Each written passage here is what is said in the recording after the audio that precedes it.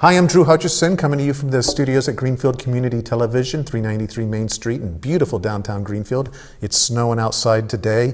It's December, which means that we have something that you'll all be very interested in. Bart, tell us about what's going on. Drew just did a pun. What the show's name is Welcome Yule, as in Yuletide.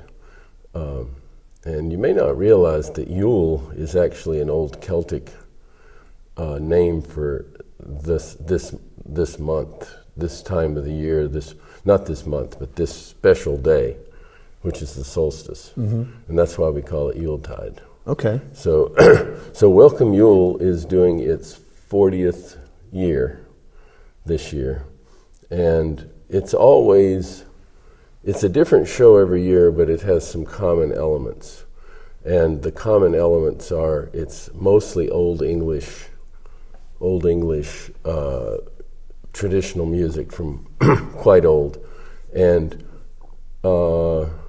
most of the music is a cappella chorus music. There's some small groups, those are often a cappella also.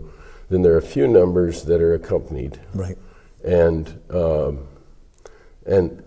it's a multi-generational show.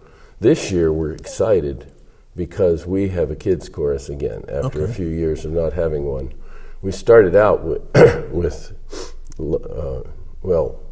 maybe 10 years in, we started having lots of kids. Right. And so it's exciting to have a new batch of kids. Right. And kids are only supposed to come if their parents are in the show. Okay. So that means we got some new parents too. Right. And that's pretty exciting. Because I've noticed a lot of the same actors, singers appearing year after year, and they're getting older. I've noticed that. All of them except me are getting older. It's inexplicable. At age 50, I started counting backwards. Oh, okay. So I'm getting younger every year. and just to be clear, this show has nothing to do with Yul Brynner. It's true. That's kind of disappointing, because think of if you had made a Yule... Nor Yule Gibbons. Have Yule be one of its characters. Yeah. You can do the King and I, but have it be King Richard or something. There you go. So anyway... So December 13th, 14th, and 15th. At the Shea Theater. And... it's very simple to know where to go. It's Welcome Yule, all one word, .org, and they can get tickets there. It's unlikely to be able to get a ticket on the day of the show, too. I mean, when I've been, it seemed like it was sold out. I think it's great to get early tickets. I think there's sometimes tickets available still. Okay. But get them early is better. And Sunday is going to be the matinee at 2 o'clock? Sunday's the matinee, and then their evening shows on Friday and Saturday. So what we're doing this year is one of the things we're emphasizing is the idea of the Holly King and the Oak King. Now, so the Holly King rules from, oddly enough, the summer solstice to the winter solstice. The Oak King rules from the winter solstice to the summer solstice, and you go, well, wait a minute, why isn't the Oak King in the summer? And that side of but what it is the light starts coming back on the solstice. Right. The solstice is the winter solstice, which is, we're putting this near the winter solstice, but not on it. Right. Because that's too close to Christmas. But the winter solstice, that's when the light starts increasing every day after that. So the idea is the Oak King has won the battle with the Holly King. Okay. They battle on the solstices, and one of them, the Oak King always wins in the winter, and the Holly King always wins in the summer. So we're in the winter, so I'm giving it away, this is a spoiler, cover up your ears. The Oak King will end up prevailing. Okay. And of course, who is the Holly King? I am the Holly King, so I get prevailed over. But it's a pretty friendly, in this iteration, it's a pretty friendly battling. What always happens in these shows is, specifically a small part of the show called the Mummers Play. Right. And that's what goes on during that. And this whole thing is about death and rebirth at the solstice, the birth of the new year, the passing of the old year. And so you have a mock battle. Somebody is slain in a silly way, and then they're raised up in a silly way. Right. And that's symbolic of the rebirth of the new year. So that's what that's all about. So anyway, the Holly King and the Oak King are also part of the theme through the show. And they're characters in the show during the singing numbers that represent the Oak King, for example. And so anyway, this show is good for every age, and it's a warm and fuzzy event. Right. When you go to it, you feel warm and fuzzy. A lot of people make it their this time of the year event to feel good. Right. And it's very non-commercial. It's, there's not any jingle bells or any of those modern carols are in it. They're all old stuff with real nice character and everything. There's, in addition to singing and the acting in the silly play, there's also dancing. Right. And there's this eerie dance called the Abbott's Bromley Horn Dance, where black veiled dancers carry huge caribou antlers, caribou horns, and they do this eerie dance walking through the hall, and it's very mystical and wonderful.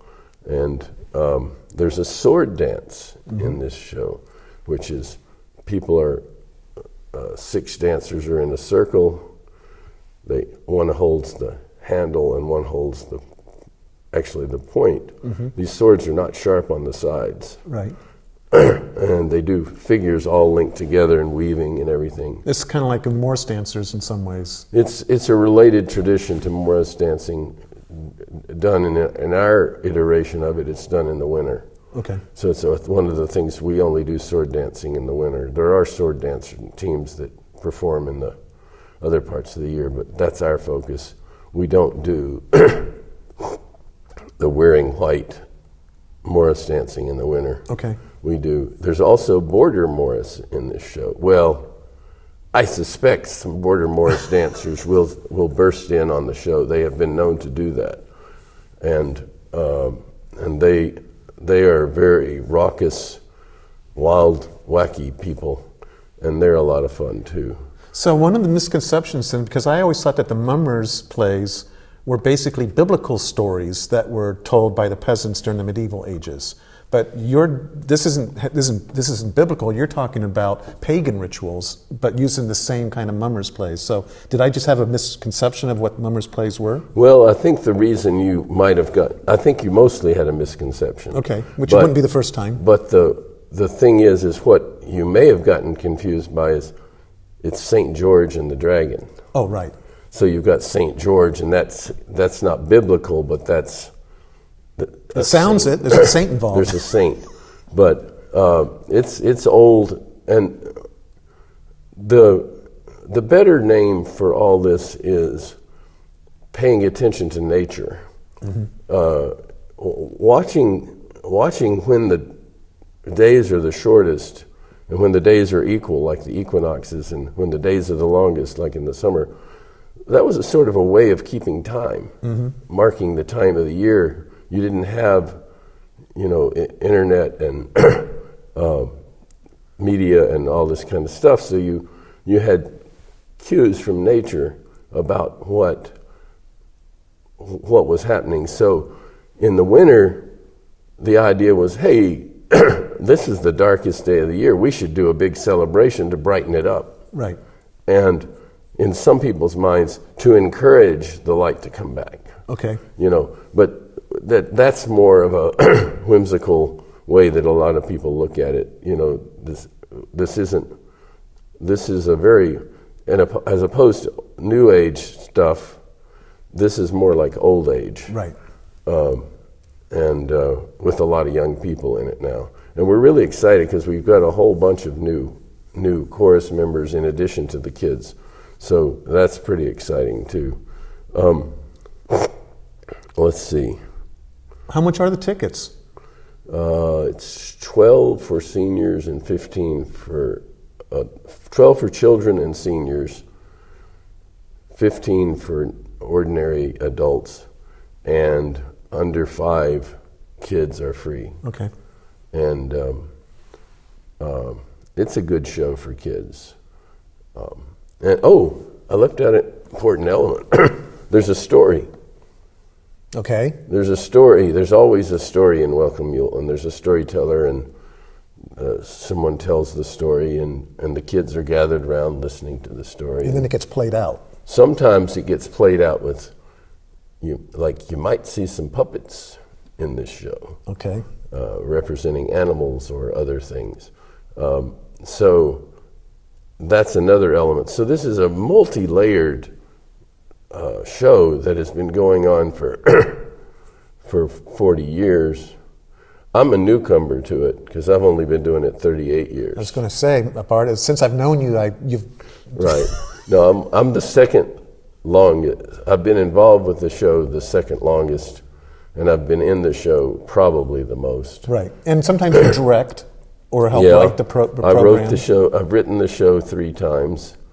I've directed the show.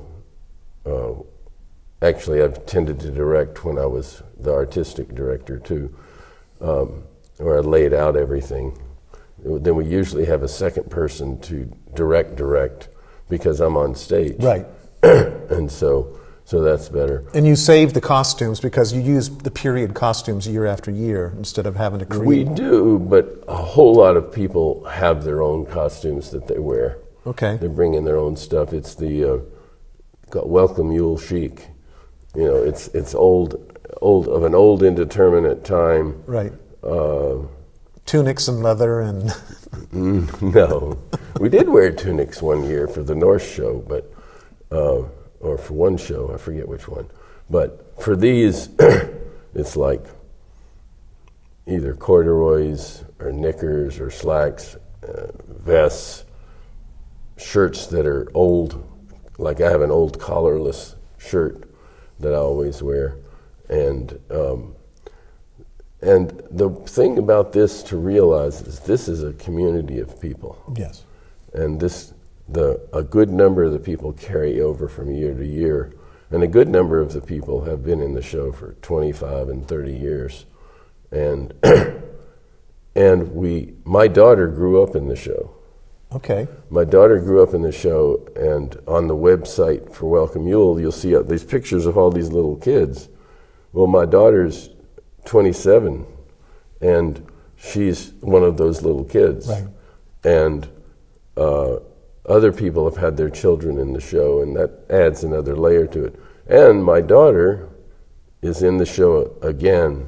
For the last 3 years, she's been in the show again. And she's the director of the Mummers play this year. Oh, wow. And she's also in it. And she, in my unbiased opinion, tends to steal the show. Well, you would know. So I was just really blown away with what she did the last couple of years. And I'm sure she'll do great this year, too. And she's of course, sings in the show and everything, and we're singing in a group together. We got to be excited. We got to travel slightly off. We got to travel to England with the Morris dancers this August for a 10-day tour. Wow. And she danced with my team, which was really a wonderful thing. Because we're a men's team. Right. But she got to dance with us on that tour, and